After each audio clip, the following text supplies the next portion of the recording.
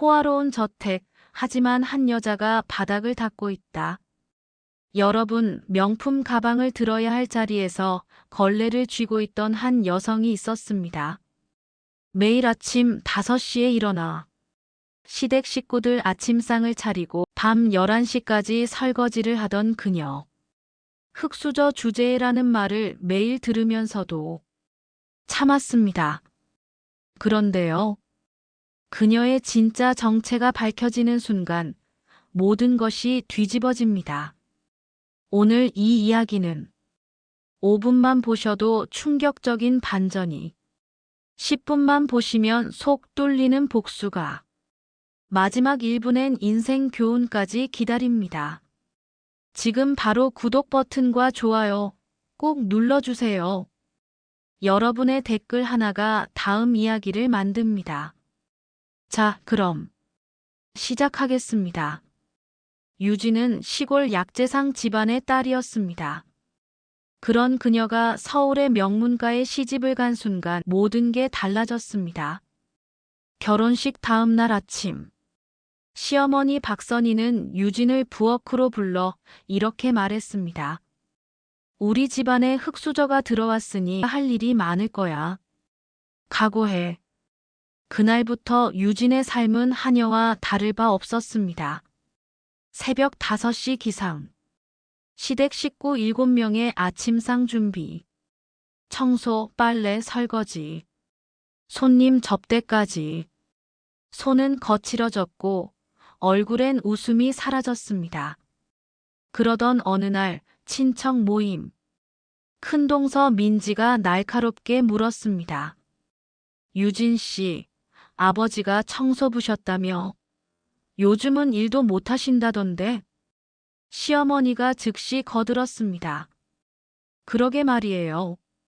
우리 준호가 뭐가 아쉬워서. 하지만 이미 들어온 며느리니 참아야죠. 유진은 입술을 깨물었습니다. 그 순간 핸드폰이 울렸습니다. 병원 번호였습니다. 아버지가 위독하다는 연락이었습니다. 어머님, 병원에 급히 가봐야. 안 돼. 지금 손님들 앞인데 어딜 가려고 해? 예의가 없어. 시어머니가 핸드폰을 낚아챘습니다. 유진의 눈에서 눈물이 떨어졌습니다. 그날 밤 몰래 병원에 전화했을 때는 이미 늦었습니다. 아버지는 2시간 전에 돌아가셨습니다. 마지막으로 딸 이름을 부르시면서 유진아, 유진아. 유진은 소리 없이 울었습니다. 남편 준호는 옆방에서 게임만 하고 있었습니다. 사실 유진은 결혼 전 한의학을 연구하던 천재 대학원생이었습니다.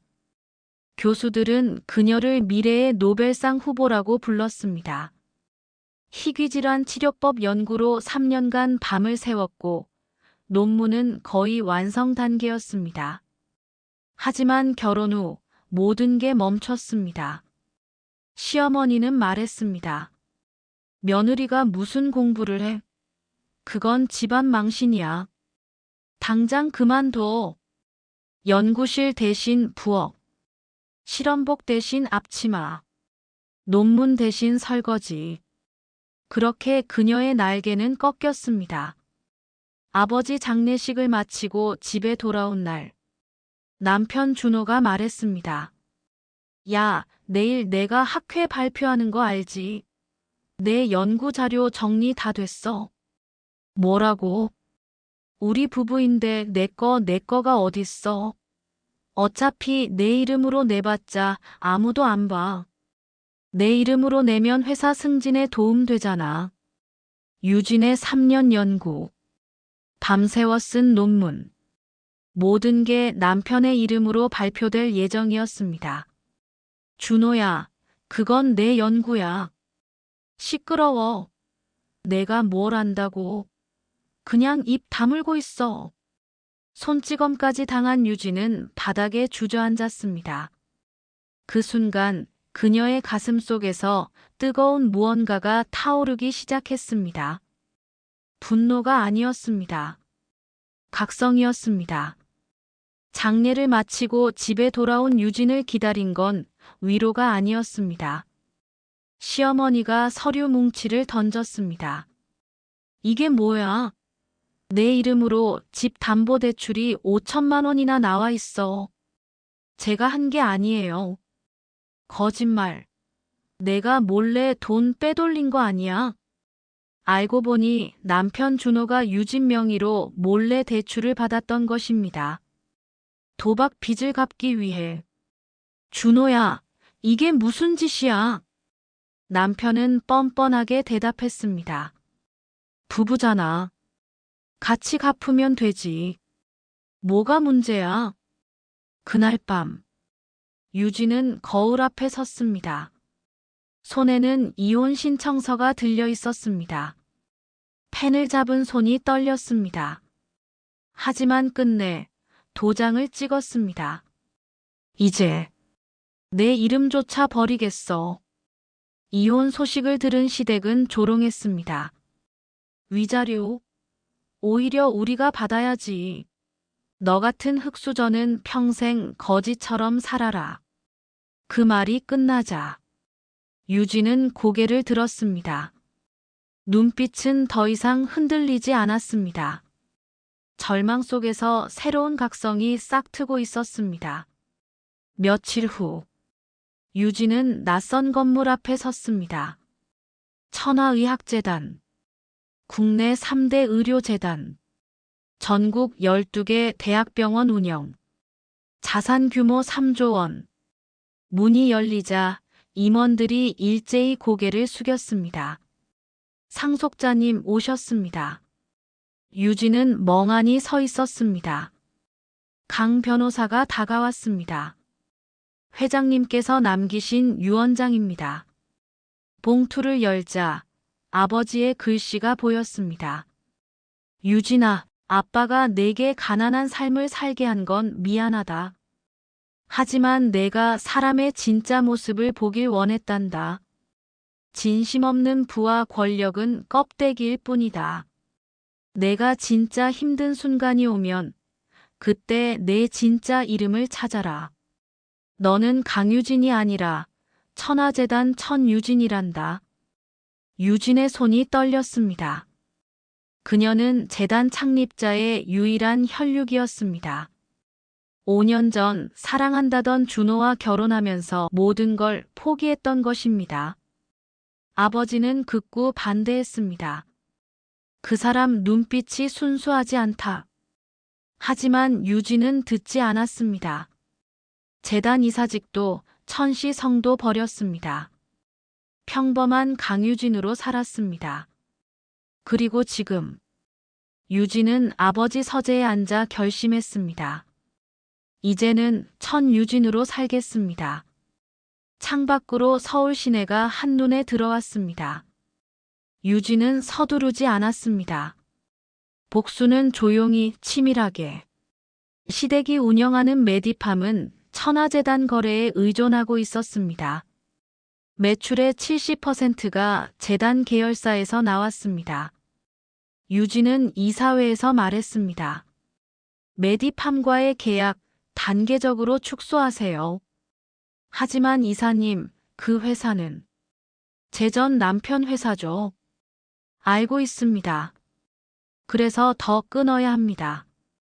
2주 뒤 준호의 회사에 위기가 왔습니다. 부장님, 천하재단에서 계약 전부 취소했습니다. 준호의 얼굴이 하얗게 질렸습니다. 뭐라고? 그게 우리 매출의 70%인데. 하지만 그게 끝이 아니었습니다. 다음 날 학회에서 폭탄 발표가 터졌습니다. 강준호 씨의 논문, 심각한 표절 의혹. 유진이 직접 증거를 제출한 것입니다. 연구 노트, 이메일, 모든 원본 자료. 학계는 발칵 뒤집어졌습니다. 젊은 천재라더니 표절자였어. 준호는 학회에서 퇴출당했습니다. 그뿐만이 아니었습니다. 시어머니 박선희의 횡령 기록이 언론에 보도되었습니다. 명문가 부인 의료기기 납품 과정에서 15억 리베이트. 주가는 폭락했습니다. 회사는 파산 직전까지 몰렸습니다. 그 와중에 유진은 단 한마디만 남겼습니다. 나는 아직 시작도 안 했어요. 3개월 뒤 천하의학재단 본사 로비. 초라한 옷을 입은 박선희가 들어왔습니다. 경비가 막았습니다. 손님 예약 있으십니까? 저기. 천유진 이사 좀. 그때 엘리베이터가 열렸습니다. 완벽한 샤넬 슈트를 입은 유진이 내려왔습니다. 박선희는 그 자리에서 무릎을 꿇었습니다. 유진아. 아니, 이사님. 제발 용서해 주세요.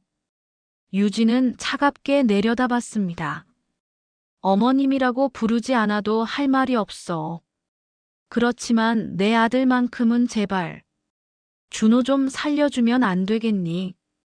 애가 지금 일자리도 없고 우울증 약 먹고. 저도 3년 동안 우울증 약 먹었어요. 어머니 눈치 보느라. 미안하구나. 진심으로 미안해. 유진이 봉투 하나를 건넸습니다. 이게 뭐니? 준호 씨 취업 정보 세 곳입니다. 제 이름 빼고 넣을 수 있는 곳들이요. 실력만 있으면 받아줍니다. 박선희가 울먹였습니다. 우릴 도와줄 거니? 아니요. 저는 더 이상 도와드리지 않습니다. 유진이 돌아섰습니다. 용서는 해드릴게요. 그건 저를 위한 거예요. 제가 더 이상 어머님께 묶여있지 않기 위해서요. 하지만 도움은 다른 문제입니다. 준호 씨는 스스로 일어서야 해요. 박선희는 고개를 숙였습니다. 유진은 마지막으로 말했습니다. 제가 3년 동안 참았던 이유 아세요? 사랑했으니까요. 준호를. 그 사람 지키려고 제가 작아졌던 거예요. 근데 깨달았어요.